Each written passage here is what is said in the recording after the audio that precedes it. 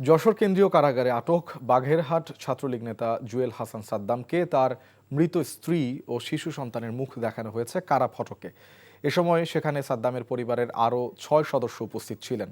গতকাল সন্ধ্যায় স্ত্রী ও শিশু সন্তানের মরদেহ শেষবারের মতো দেখানোর ব্যবস্থা করে জেলা কেন্দ্রীয় কারাগার কর্তৃপক্ষ। হৃদয়স্পর্শী এই ঘটনাটি সামাজিক যোগাযোগ মাধ্যমে ও বিভিন্ন গণমাধ্যমে প্রকাশ করা হলে তা ভাইরাল হয়। পরিবারের পক্ষ থেকে তাকে প্যারোলে মুক্তির দাবি তুললেও প্রশাসন বলছে সাদ্দামের মুক্তির বিষয়ে কোনো আবেদন করা হয়নি। যশোর কেন্দ্রীয় কারাগারের জেলার আবিদ আহমেদ বলেন, মরদেহ নিয়ে সাদ্দামের পরিবারের 6 সদস্য এসেছিলেন।